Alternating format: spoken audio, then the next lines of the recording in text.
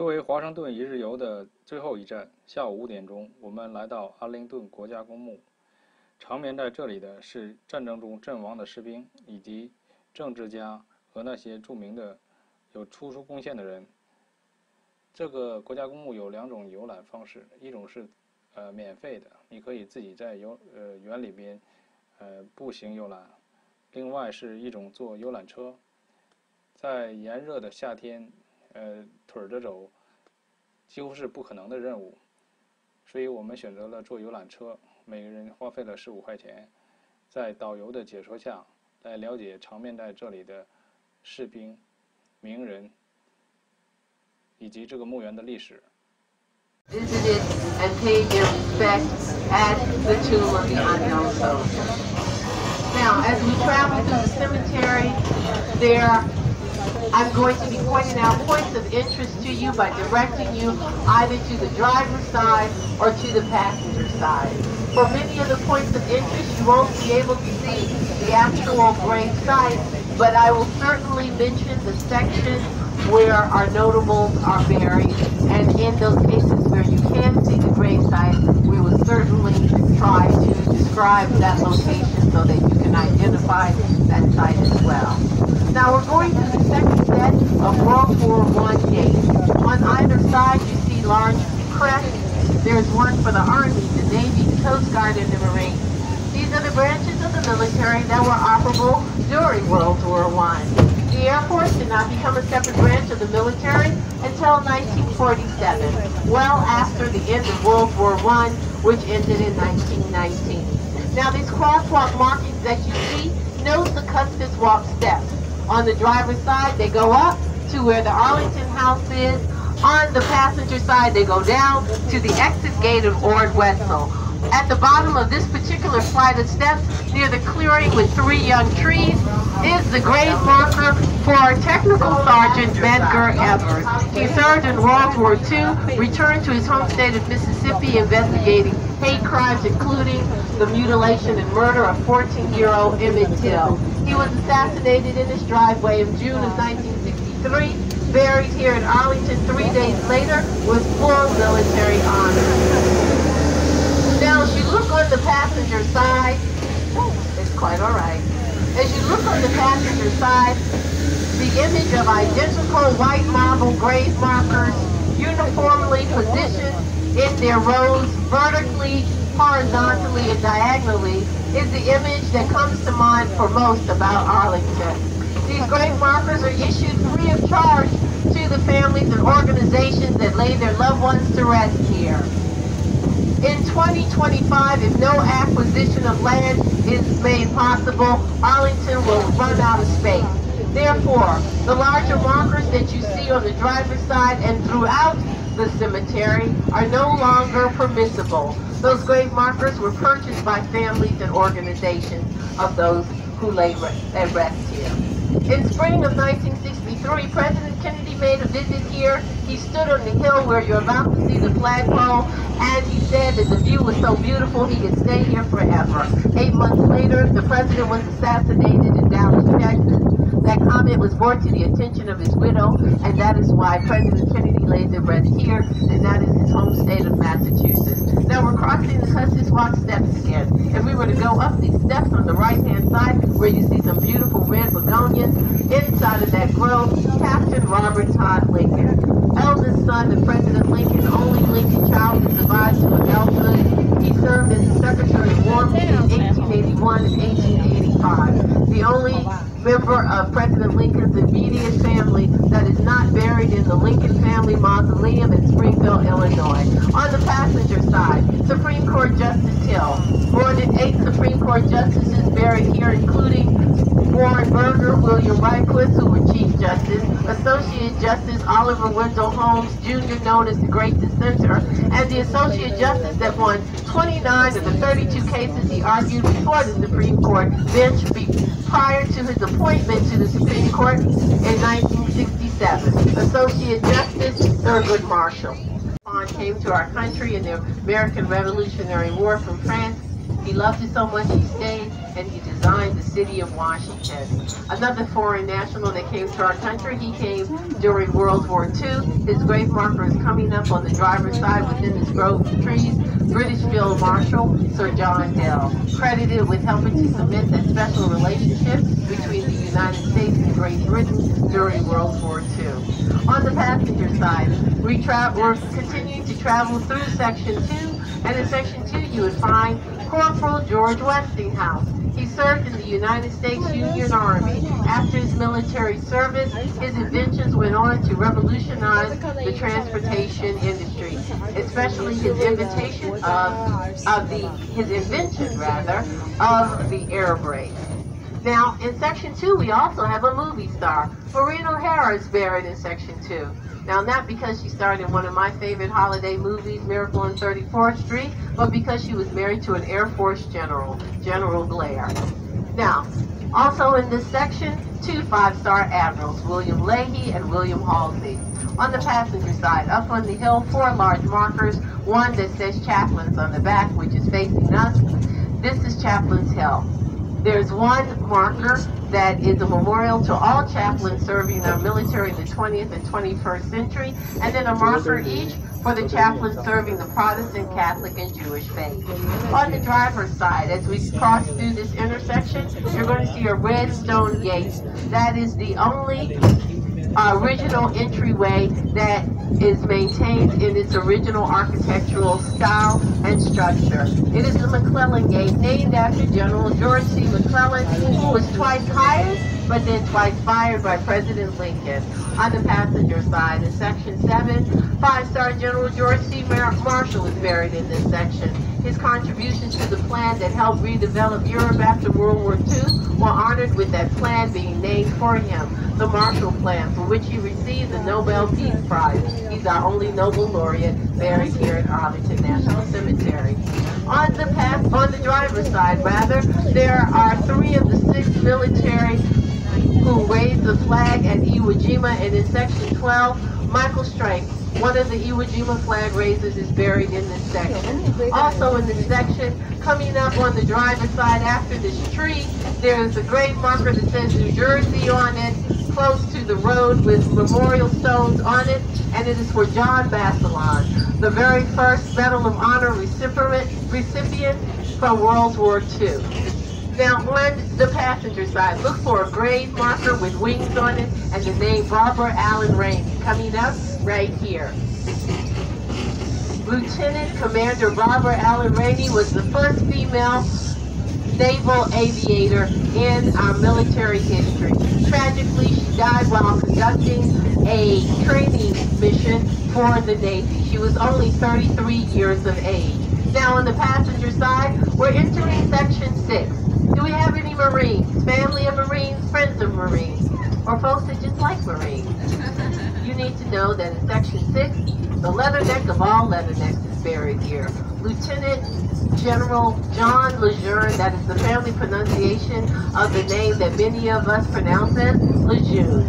Camp Lejeune in North Carolina is named for the 13th Commandant of the Marine Corps who established the training base for Marines in Quantico, Virginia. Also in Section 6, Captain Ron Brown. He served in Vietnam, and he served in the presidential cabinet of President William Clinton. On our driver's side in Section 10, Lieutenant Ollie Josephine Bennett. Now, as a woman doctor in World War I, she was certainly extraordinary, but what made her service even that more unique for a doctor, male or female, was that she was trained in the administration of anesthesia. Prior to World War I, most medical procedures on the battlefield were done without benefit of anesthesia. I can't even imagine. On the passenger side, among the government-issued grave markers that you see for individuals and their spouses or independent children, there are larger grave markers that have multiple names on them, and these are the mass burial markers for military members who served together and died together in a catastrophe such as the sinking of a ship or a plane or helicopter crash. You'll see them throughout the cemetery, but in Section 34, there's a large concentration of those mass burial markers. Also, Also, in section 34, as we round the corner, if we were to able to walk down these roads, the final resting place for Corporal Frank Buckles. He was the last surviving veteran of World War I, buried here in 2011 at the tender age of 110 years old. Also, 5-star General Henry Hap Arnold, who established the Air Force as a separate branch of the military in 1947. He was trained in aviation by none other than the Wright brothers. As we ascend to the top of the hill, coming into view is a circle of evergreens. Within that circle of evergreens is one lone blue spruce. On the right side of that blue spruce, as you look in that clearing, is the final resting place for General of the Army's John J. Blackjack Pershing. His military career started with his leadership of the 6th through the 10th Cavalry. He led the Buffalo Soldiers, the 24th and the 25th Cavalry Infantry as they charged up San Juan Hill during the Spanish-American War. Now, the only other grave site next to that tree is for his grandsons. Both who served in Vietnam. One was killed in action in the Tet Offense. Now, the only other military officer to receive the rank of General of the Armies was General George Washington, who only received that ranking after our country had celebrated its bicentennial celebration.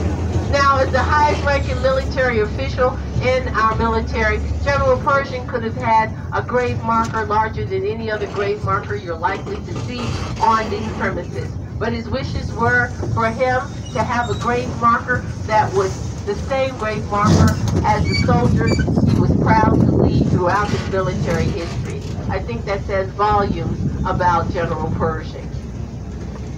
Now we're coming to our stop for General Pershing. If anyone would like to get off at this stop, please raise your hand so that we can make sure that you are able to depart the vehicle in a safe manner. I just didn't want to have you rescued on the hills as you tried to get to the airport. Not on a day like today. Now, ladies and gentlemen, I'm going to give you a time check. It's about 13 minutes after 5. You will be in good stead to see the 5:30 changing of the guard. When you get to the amphitheater, know that there are restrooms there, and there is an air-conditioned exhibit room that has many artifacts from the heads of state that have come to pay their respects at the tomb. Now, the tomb is guarded 365 days of the year, 24 hours of the day, by the 3rd Infantry Regiment, Company E. The 3rd Infantry Regiment, also known as the Old Guard, has served our military continuously since it was established by President George Washington in 1784. Now, on the passenger side, we're entering Section 11. As we enter Section 11, keep your eye out for a tall, dark gray marker. It almost looks black. It has wings on it and the name Conrad. Coming up, as we clear this last large tree that is near the roadside, you're going to look about 4 rows back for that gray marker. You're looking at the gravesite of Charles P. Conrad. He was the commander of the Apollo 12 lunar mission and the 3rd man to walk upon the moon. At this date, we have 24 astronauts that are buried here on the premises of Arlington National Cemetery. We invite you to download the Arlington National Cemetery app, the ANC Explorer app, where you can find out about over 200 notables that are buried here, as well as a listing of other points of interest. And you can do your own research. In the section, find a grave site. If there's a name of someone that you think is buried here, if they are in fact buried here, the GPS directions will allow you to walk from wherever you are on the cemetery premises to that particular grave site. Now, as we make this right turn on the driver's side, we will be entering Section 21, known as the Nurses section. Now, no section in the cemetery is exclusive to any branch of the military, any war or conflict, nor any area of service, but this is where you would find the highest concentration of nurses that have served our country since the Spanish-American War. Now, look up.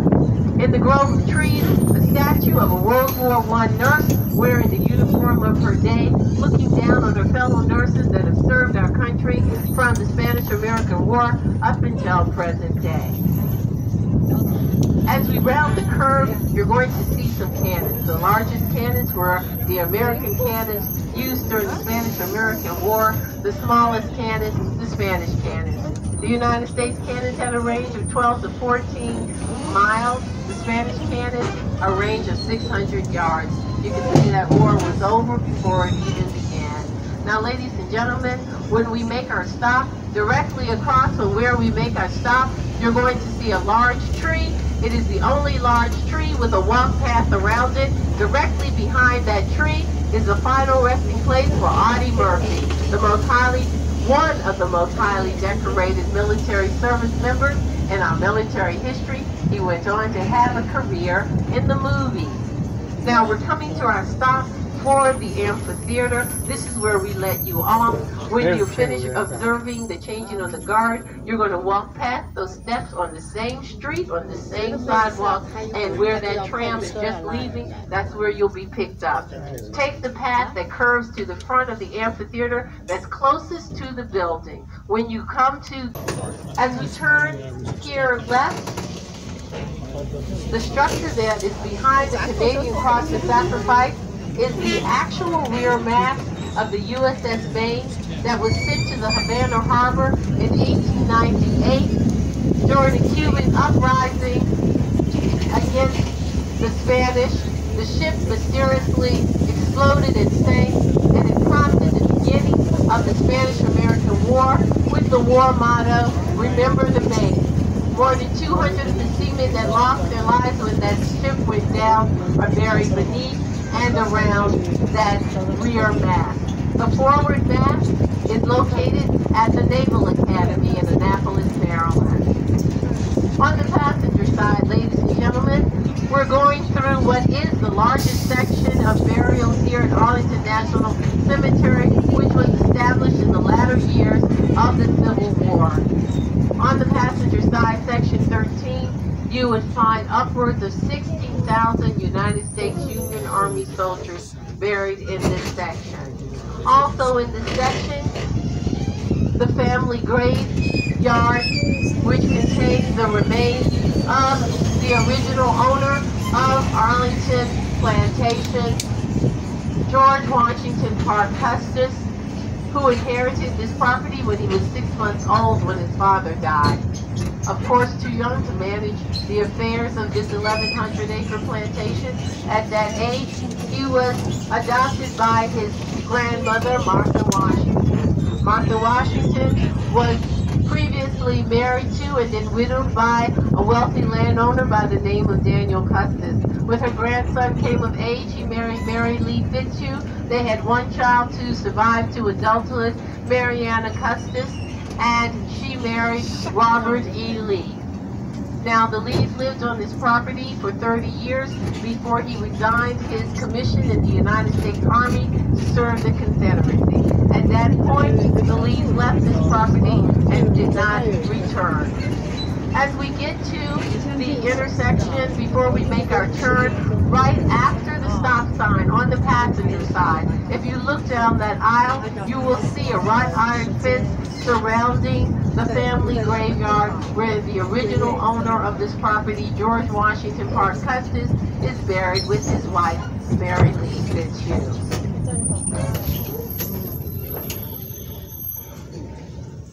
Coming up, actually down this row and then the row after the stop sign, I think give you the better vantage point. There are two obelisks in that graveyard, and one is for George Washington Parke Custis, the other one for his wife. On the driver's side, we're in section 1, not the first section of burials, but where you will find the highest concentration of high-ranking military officers that served the United States Union Army. One such coming up on the driver's side is the actual size and shape of a casket made of white marble is the gravesite of Quartermaster General Montgomery Meigs, the officer that transitioned this property from a military military outpost to its current status as a military cemetery. And now this tall obelisk with the name Doubleday on it is for Abner Doubleday, not for baseball. He didn't create the game, never took credit for doing so. But what he did do as a major general in the United States Union Army, the first to return fire at Fort Sumter at the beginning of the Civil War. Now the building in front of you is not original to the premises. It is the office of the National Park Service. When the Arlington House opens again by or before 2020, the National Park Service Rangers will conduct the tours within the Arlington House. The tower that you see on the driver's side is fashioned as a traditional Scottish cairn because it memorializes the 270 people that lost their lives when Pan Am Flight 103 was blown up by a terrorist over Lockerbie, Scotland. More than 180 Americans were on that flight that left New York heading for Frankfurt, Germany. 270 stones, 1 stone for each life lost in that tower. Now this is our temporary stop for the Arlington House to see that magnificent view and to spend time with the hostess of the mostest, Miss Cat. You would get off here, you would walk up the street, cross the street where it says do not enter, make a sharp left, walk on Lee's Circle, and that view would unfold in front of you starting with the Pentagon. All right, we're clear. Before we leave the area, I'm going to tell you why there is a cannon in the cemetery. On the passenger side, that is an actual Civil War cannon. It is the grave marker for the first commander of our artillery for the United States. Major General Wallace Randolph served in the United States Union Army, told his comrades, I spent so much time behind these cannons. When I die, make sure they put my body beneath one. He got his way. Now, as we make this turn, this beautiful structure that you see that was just refurbished and reopened for Memorial Day is where Memorial Day was first observed at Arlington. It was called Decoration Day. Now, Congress changed the name at the turn of the century in the 1900s, but the tradition of decorating the graves of our military remained the same. Now, the tomb that you see next to it is the largest mass burial on the premises. It is the tomb of the unknown Civil War soldiers. 2,111 soldiers are buried beneath and around what remains the largest mass burial on Arlington National Cemetery premises. Now you're seeing up close and personal view of the Arlington House renovation. Scheduled for completion by or before the year 2020.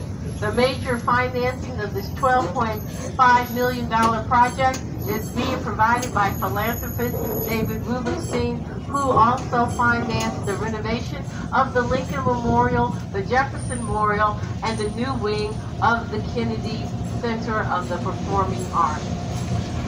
Now, as we make our way to our stop for the Iwo Jima statue, again, the statue is not on the premises of Arlington National Cemetery. We take you to a point from which you can walk out of the Ord Wetzel Gate, and within 15 minutes, I would say 20 minutes, you would then arrive at the United States Marine Corps War Memorial, the Iwo Jima statue. The Iwo Jima statue is fashioned after a photograph that was taken by Associated Press photographer Joe Rosenthal, who was in the Pacific Theater during Douglas MacArthur's island hopping campaign.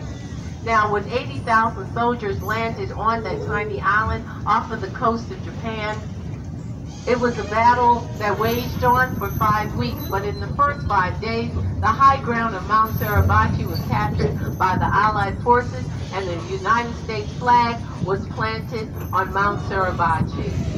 The commanders wanted a larger flag so that not only those who were on the island could see that the high ground had been captured by the Allied forces, he wanted those approaching the island to see that the high ground had been captured. And while that second, much larger flag was being raised, Joe Rosenthal began clicking his camera. It was still just hanging around his neck. He had no idea that he had captured the most iconic image from World War II, the raising of the flag at Iwo Jima. At Arlington National Cemetery, we have 3 of those Iwo Jima flag raisers who lay at rest here: Michael Strife, Ira Hayes, and Renee Gagnon.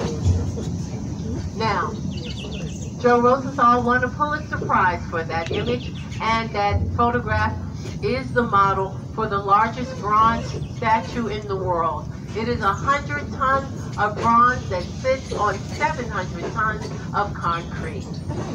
On the driver's side, we're passing through section 28, which is the section where you will find the largest concentration of our military who served in Vietnam and in the Korean War.